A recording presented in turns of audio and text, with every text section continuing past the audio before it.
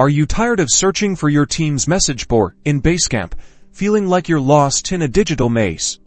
Well, in this video, I'm going to show you the easiest and fastest way to find a message board in Basecamp, saving you valuable time and frustration. First, navigate to the specific project where you want to find the message board. You can do this by clicking on the project's name from your Basecamp home screen. Once you're inside your chosen project, look for the icons displayed on the main project screen. These icons represent the different tools within that project. The one you're looking for is labeled Messages. It's usually represented by a speech bubble or a similar icon that indicates communication. Click on the Messages icon. This will take you directly to the message board for this project. Here you'll find all the discussions and announcements related to this project. You can browse existing threads, reply to messages, or start a new discussion by clicking on the New Message button. And that's it.